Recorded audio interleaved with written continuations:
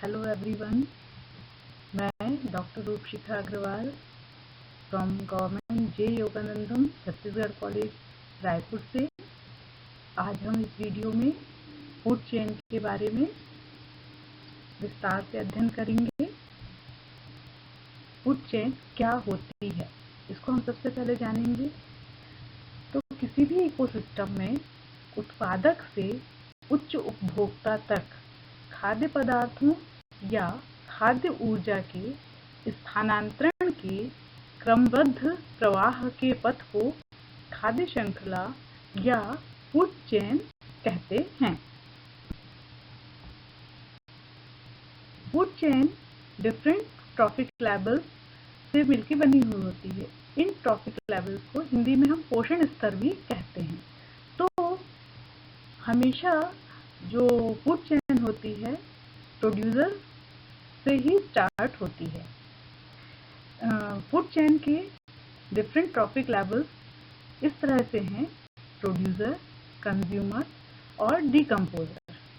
Producer में हमेशा green plants होते हैं, ये ऑटोट्रॉफ होते हैं, ये अपना भोजन स्वयं बनाने में सक्षम होते हैं। प्रकाश संश्लेषण की क्रिया के माध्यम से ये अपना भोजन बनाते हैं। कंज्यूमर, दूसरा पोषण स्तर होता है कंज्यूमर्स का, जो कि प्रोड्यूसर पे निर्भर होते हैं। कंज्यूमर कई प्रकार के हो सकते हैं, जैसा कि दिख रहा है आपको: primary consumer, secondary consumer, tertiary consumer और क्वाटरनरी कंज्यूमर। प्राइमरी कंज्यूमर वे कंज्यूमर होते हैं जो ग्रीन प्लांट पर अपने भोजन के लिए निर्भर करते हैं। ये हर्बीवोर्स होते हैं। इसके अंतर्गत भेड़, बकरी, हाथी, हिरण, गाय, खरगोश, चूहा, बंदर आदि सभी जीव आते हैं। और आप इन सभी जीवों को देख रहे हैं कि ये शाकाहारी होते हैं और उत्पादक पर भोजन के लिए निर्भर रहते हैं। दूसरे प्रकार के कंज्यूमर होते हैं सेकेंडरी कंज्यूमर। ये प्राइमरी कंज्यूमर पे भोजन के लिए निर्भर रहते हैं। इस श्रेणी में जो जीव आते हैं वो मांसाहारी होते हैं, जैसे कि मेंढक, कीट खाने वाले पक्षी, छिपकली आदि।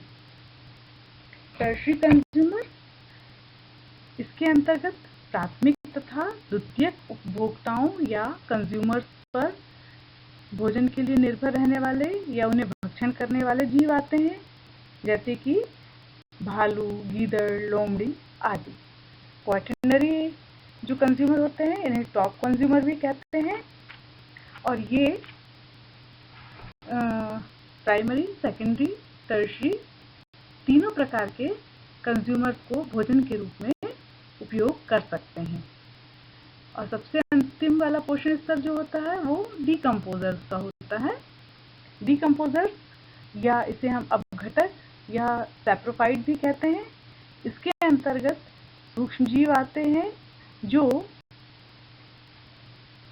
पौधे, मृत पौधे, जीव जंतुओं को मरने के पश्चात अपने आहार बनाकर खाते हैं और जो इनके अवयव हैं सूक्ष्म अवयवों में तोड़ देते हैं। ये विघटित होते हुए खाद्य पदार्थों में से carbon dioxide, sulphate, phosphate, nitrogen, जल आदि को मुक्त कर देते हैं। अब हम देखेंगे कि फूड चेन के कितने प्रकार होते हैं। तो फूड चेन मेनली दो प्रकार की होती है: ग्राइपिंग फूड चेन और डेट्राइटस फूड चेन। सबसे पहले हम देखेंगे ग्राइपिंग फूड चेन के बारे में। इस प्रकार की फूड चेन में प्राइमरी कंज्यूमर जो होते हैं वो हर्बीवोर्स होते हैं तथा हरे पौधों या ऑटोट्रॉफ पर निर्भर करते हैं।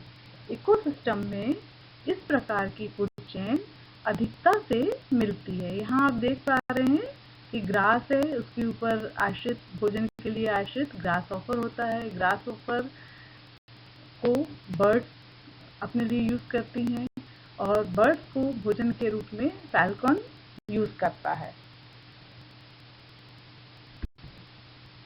इसमें आपको सामने दिखाई दे रहा है प्रोड्यूसर मतलब कि green plant, caterpillar primary consumer, frog secondary consumer, snake tertiary consumer and top consumer is all. दूसरे प्रकार की फूड चेन जो है वो डेट्राइटस फूड चेन होती है। यह फूड चेन मृत कार्बनिक पदार्थों से माइक्रो ऑर्गेनिज्म की तरफ चलती है।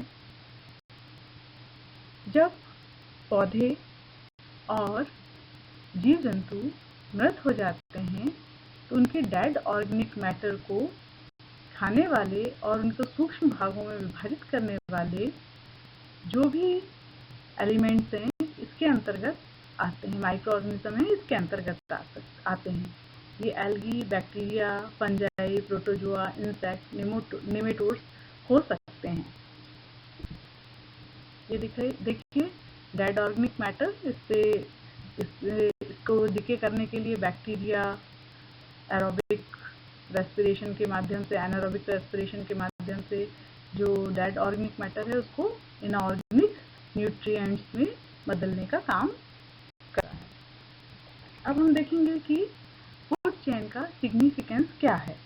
हमारे इकोसिस्टम में फूड चेन इतनी महत्वपूर्ण क्यों होती है?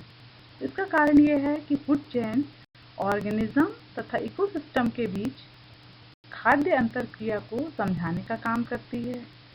फूड चेन इकोसिस्टम में एनर्जी फ्लो तथा पदार्थों के सर्कुलेशन को समझाती है। फूड चेन के माध्यम से इकोसिस्टम में जो टॉक्सिक सब्सटेंस होते हैं उनके मूवमेंट और इनके बायोलॉजिकल मैग्निफिकेशन के बारे में भी हमें ज्ञान प्राप्त होता है। तो मुझे ऐसा लगता है कि जो फूड चेन है उसका बेसिक कंसेप्ट है और डिटेल्ड कंसेप्ट है, दोनों ही आपको अच्छे से समझ में आया होगा और इसको सिस्टमैटिक तरीके से यदि प्रस्तुत किया जाए तो ये टू द पॉइंट लिखा जाए तो ये आपको अच्छे मार्क्स स्कोर करा सकता है। Thank you very much. Thank you.